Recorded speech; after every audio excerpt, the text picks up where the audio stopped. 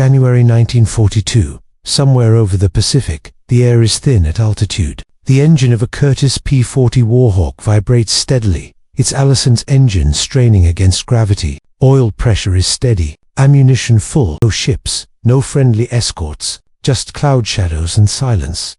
Then the sky changes.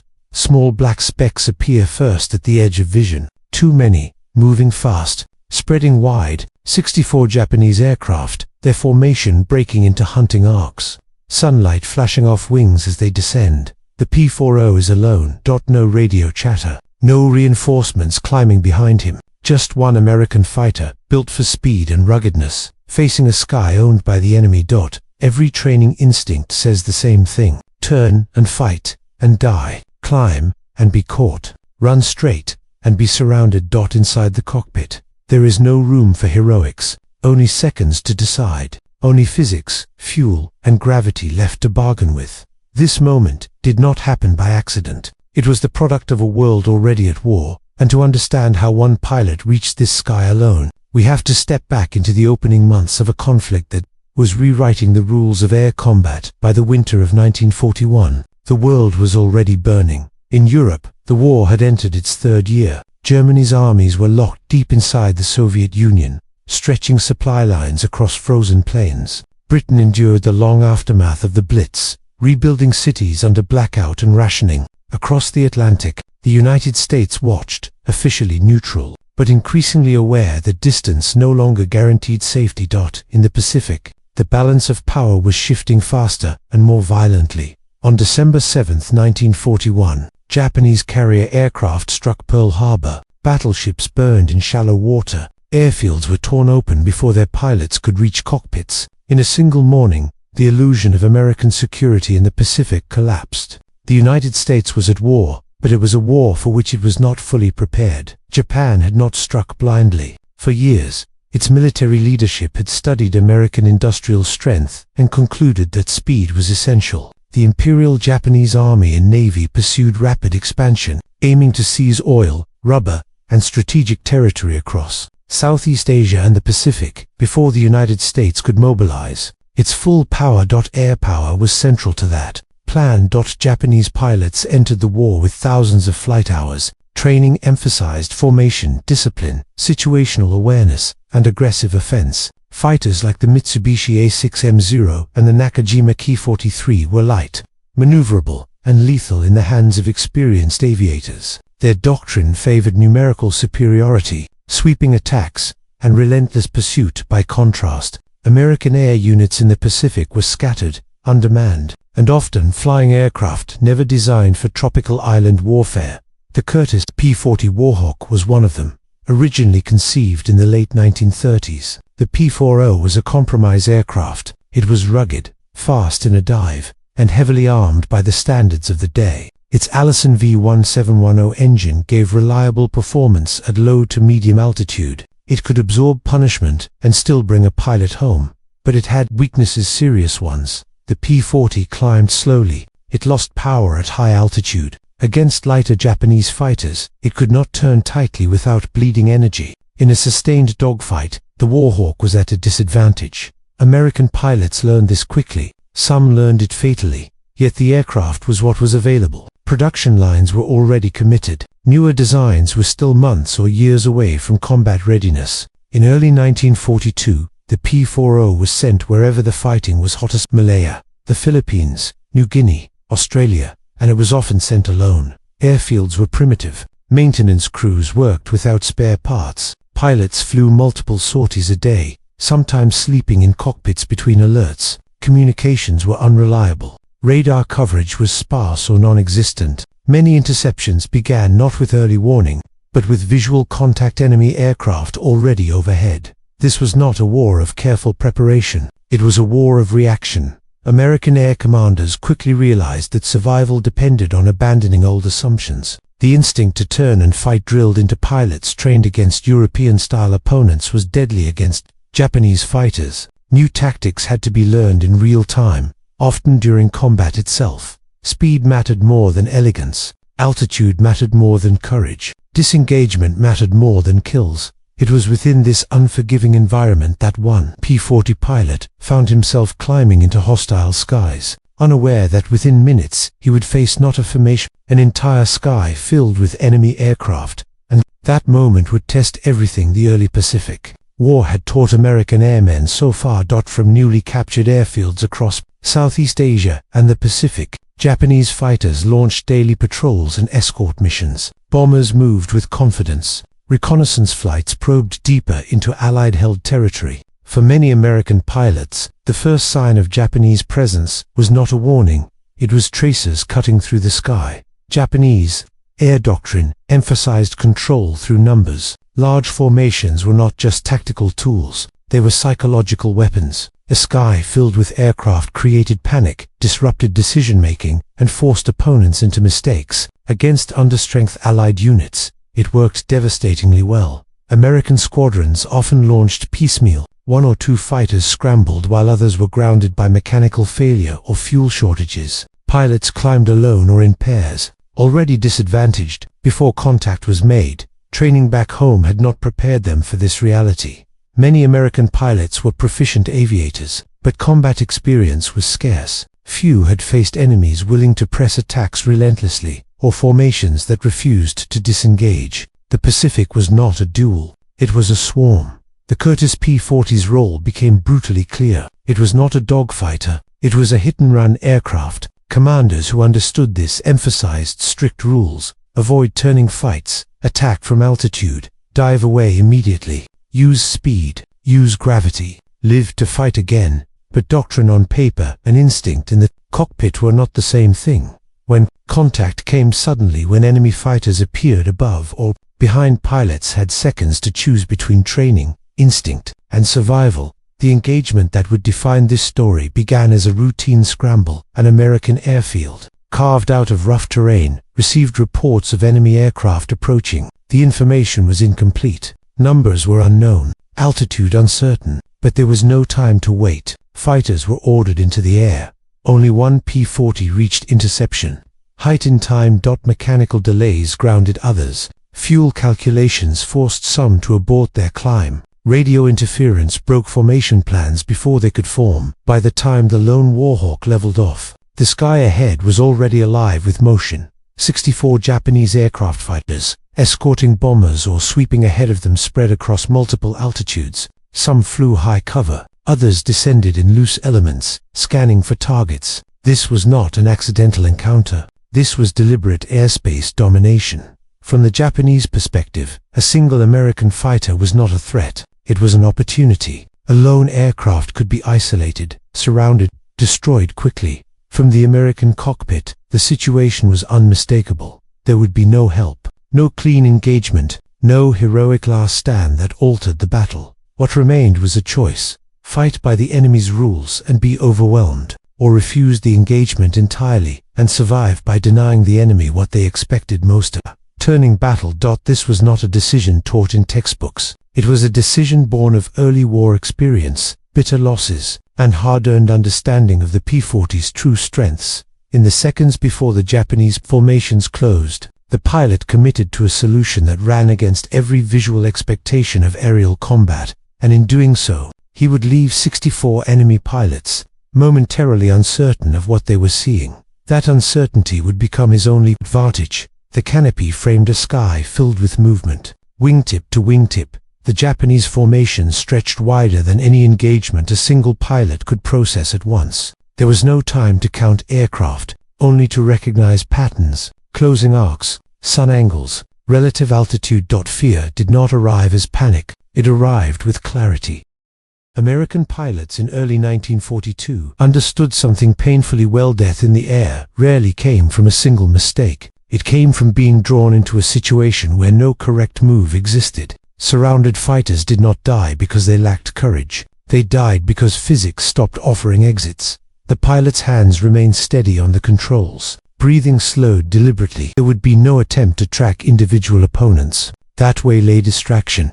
This was not about defeating 64 aircraft. It was about refusing to be defeated by them. Isolation in the air carried its own weight. No wingman to split attention. No friendly voice on the radio, just engine noise and the knowledge that every Japanese pilot could afford to make a mistake, this one could not.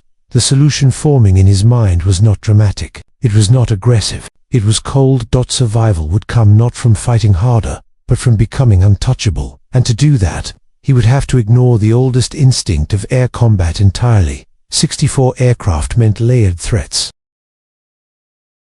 Fighters below could climb. Horizontal escape routes would close almost immediately. Any turn would bleed energy and invite pursuit. Any climb would end in interception.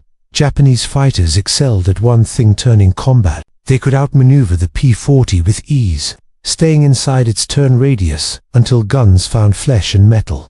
The Warhawk's advantage lay elsewhere: speed in a dive, structural strength, heavy armament capable of devastating short bursts if and only if the engagement could be limited to seconds. This meant one thing: the pilot could not fight the formation. He could only fight gravity. By converting altitude into speed, the P-40 could exceed what Japanese fighters could safely follow. Many Japanese aircraft lacked the structural reinforcement to sustain prolonged high-speed dives. Their controls stiffened. Wings risked failure. But to use this advantage, the pilot had to commit fully. No hesitation, no partial maneuver. Once the nose went down, there would be no turning back. And once committed, he would be accelerating directly through the enemy's vertical envelope.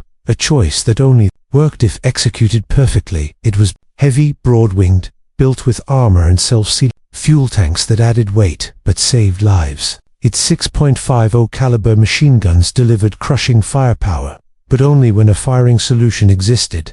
Japanese fighters represented the opposite philosophy: lightweight construction, exceptional maneuverability, minimal armor, fuel tanks that traded protection for range and agility. In a turning fight, they were unmatched, but at high speed, their advantages eroded. The P-40 could dive faster, hold together longer, retain control authority where lighter aircraft began to compress and shake. This was not theoretical knowledge. It was learned through wreckage, combat reports, and pilots who survived long enough to pass lessons on. The pilot understood this difference instinctively now. If he stayed level, he would be surrounded. If he turned, he would be carved apart. If he climbed, he would be hunted downward. So he did the one thing that did not look like combat at all. He aimed the nose toward the earth, and as the Warhawk began to tip forward, the engagement ceased to be about numbers and became about timing. American fighter doctrine, in the years before the war, had been shaped by European expectations. Pilots were taught discipline, formation flying,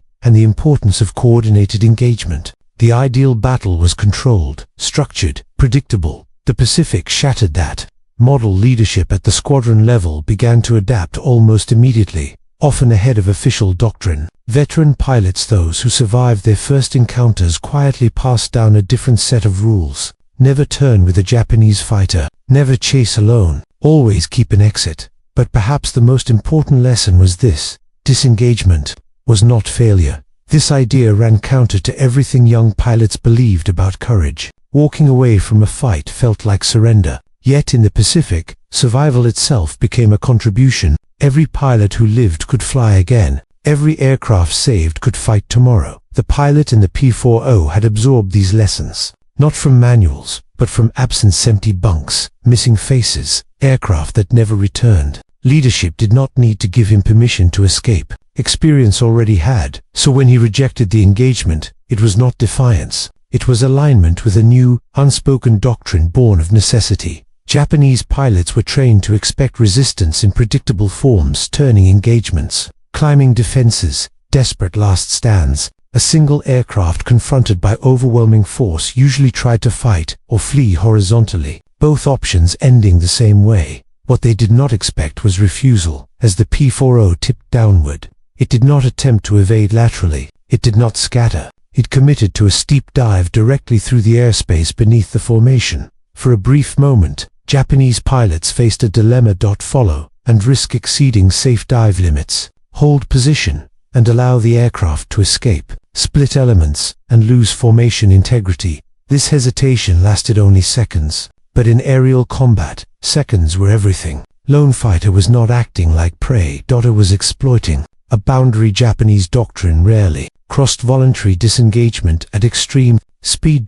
There is a quiet moral tension in air combat Pilots are trained to destroy the enemy, yet survival often demands restraint. The decision not to fight can feel heavier than pulling the trigger. It requires accepting that courage is not always visible, and victory is not always measurable. The P-40 pilot's choice did not produce a dramatic kill count. It did not change the course of the war in a single moment, but it preserved something invaluable: experience. He chose not to trade his life for symbolism. In doing so, he rejected the idea that being outnumbered demanded sacrifice. Instead, he treated survival as resistance. As gravity took hold and the Warhawk accelerated, the engagement entered its most dangerous phase. Speed increased, control forces stiffened, the ground rushed upward, and the moment of commitment passed beyond. Reversal.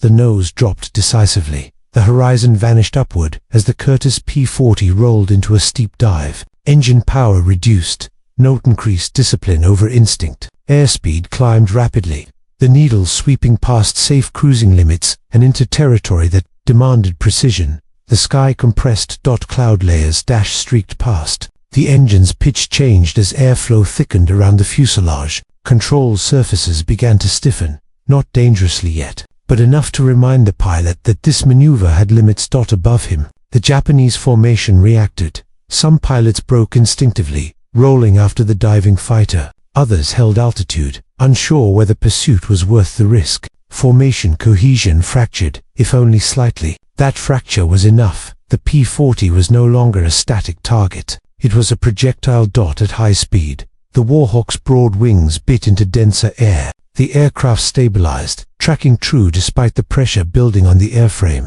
Rivets held, control cables remained responsive. The design did exactly what it had been built to do. Japanese fighters, attempting to follow, faced a different reality.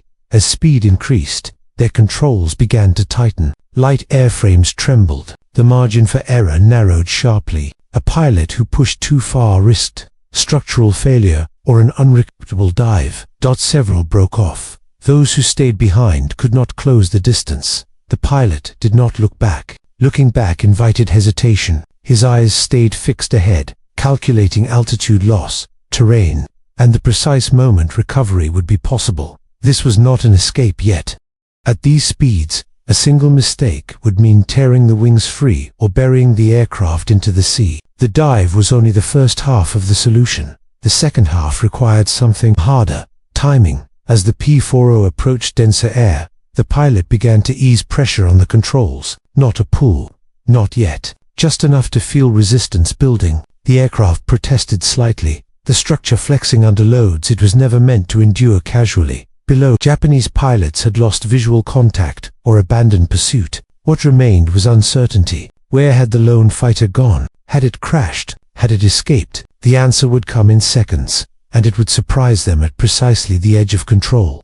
The pilot pulled. Not sharply, not with panic, just enough to convert speed into lift. The P-40 responded with violence. The airframe groaned as gravitational forces multiplied, pressing the pilot deep into his seat. Vision narrowed briefly as blood shifted under the strain. Wings flexed, control surfaces fought back, but they held. The dive became a sweeping arc. The Warhawk leveled out barely above the ocean, its speed now immense, its profile almost untouchable. At this altitude and velocity, interception became nearly impossible. Any Japanese aircraft attempting to follow would have to descend to the same low level, sacrificing altitude, formation, and safety. The pilot did not climb. That was the final, critical choice. Instead, he stayed low, using the sea itself as cover. At high speed, visual tracking became difficult. Against a single aircraft skimming the surface, even experienced pilots struggled to maintain pursuit. What had begun as a hunt dissolved into confusion. Japanese elements searched above, others scanned ahead. Fuel consumption increased. Formation discipline eroded further as pilots tried to re-establish contact or regroup. The lone P-40 did not fire a single shot. Its guns remained silent, its presence reduced to a fleeting shadow that vanished as quickly as it had appeared. This absence was unsettling. There was no wreckage, no confirmed kill, no closure. For the American pilot, the danger was not over. Low altitude left no margin for error. Any engine failure would be fatal. Fuel was draining rapidly. The aircraft vibrated under sustained speed. but each second carried him farther from the engagement, farther from the reach of the formation that had once filled his sky. Eventually, the Japanese aircraft turned back. They had missions to complete, bombers to escort, fuel to preserve. Chasing a lone fighter no longer made tactical sense. Silence returned to the cockpit. The engine settled into a steadier rhythm. The pilot finally allowed himself a glance behind. Empty sky. Only the ocean remained.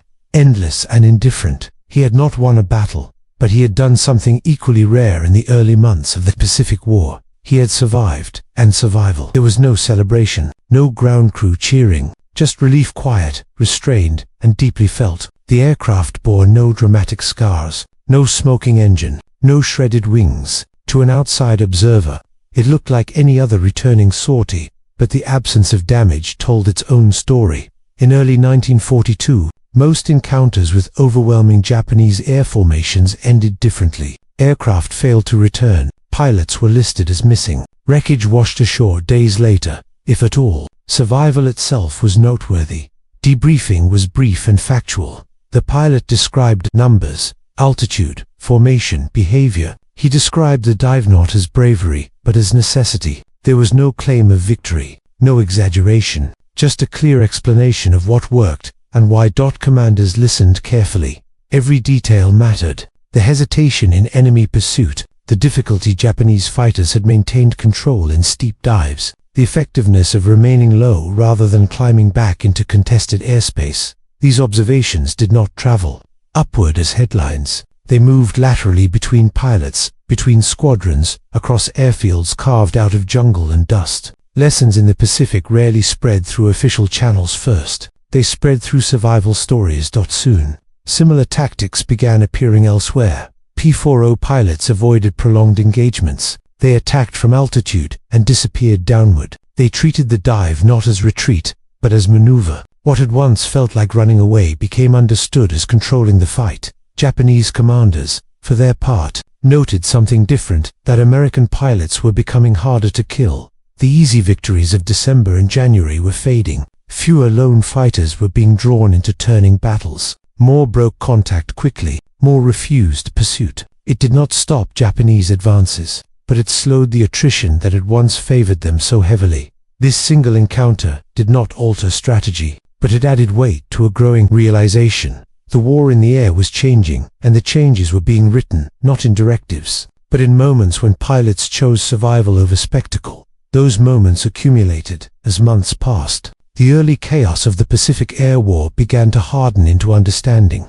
American losses remained heavy, but they were no longer inexplicable. Patterns emerged. Units that emphasized energy tactics, diving attacks, strict disengagement, altitude discipline, lost fewer pilots. Aircraft returned more often. Experience began to accumulate instead of being erased. The P-40, once dismissed as obsolete against Japanese fighters, found its place. It was never meant to dominate the sky. It was meant to endure it. Pilots who survived long enough learned to trust the aircraft's strength rather than resent its limits. They stopped asking it to do what it could not. Tight turns, high altitude, duels, and instead demanded what it could always deliver: speed, downhill, stability under stress, and the ability to bring a pilot home. Japanese air units felt the shift noticeably. Engagements became shorter. American fighters appeared briefly, struck, and vanished. Pursuits ended without contact. Formations had to remain tighter, more cautious. This was unsettling. Air combat was supposed to end clearly with a victor and a wreck. The increasing number of inconclusive encounters eroded certainty. It introduced doubt into a doctrine built on aggressive pursuit. On the American side, survival bred confidence, but not arrogance. Pilots understood they were still outmatched in many ways. Reinforcements were coming, but slowly. New aircraft designs were on the horizon, but not yet present in decisive numbers. Until then, every mission required restraint, discipline, and the willingness to disengage without shame. The lone P-40's encounter became one of many quiet examples reinforcing that mindset. It was not written into official histories immediately. It did not receive medals or citations that captured public imagination. But among those who flew, its lesson endured. Sometimes the most effective answer to overwhelming force is not resistance but denial. Deny the enemy a target. Deny them certainty. deny them the battle they expect, the Pacific War would grind on for years, growing larger, bloodier, and more technologically complex. But beneath that scale, its outcomes were shaped by moments like this. A new kind of air war slowly emerged. Explosions, victories measured in wreckage, names attached to numbers that suggest dominance. But beneath those visible moments lies another history, one written in restraint, in judgment, and in decisions that leave no physical trace behind. The lone P-40 did not defeat 64 aircraft. It did something more difficult. It refused the terms of defeat. In the early Pacific War, technology alone did not decide survival, nor did courage. When courage was confused with sacrifice, what mattered most was understanding of machines, of enemies, and of the invisible boundaries where physics overruled intent. The Curtiss P-40 was never a perfect weapon, but in the hands of pilots who learned its truth, it became an instrument of denial. It denied the enemy easy victories, it denied predictable outcomes, and, most importantly, it denied the war one more life taken needlessly. This encounter did not change the war in a single stroke, but it reflected a broader transformation underway. American airmen were learning that survival was not retreat, it was continuity. Every pilot who lived carried forward experience that could not be replaced by factories or training programs. In the Pacific skies, that accumulation of lived knowledge mattered. The Japanese advantage in skill and numbers would eventually be met by overwhelming industrial power and new aircraft. But long before that balance shifted, it was preserved by moments of quiet intelligence, by pilots who chose when not to fight. When the sky filled with enemies, the most powerful solution was not fire, it was understanding when to disappear.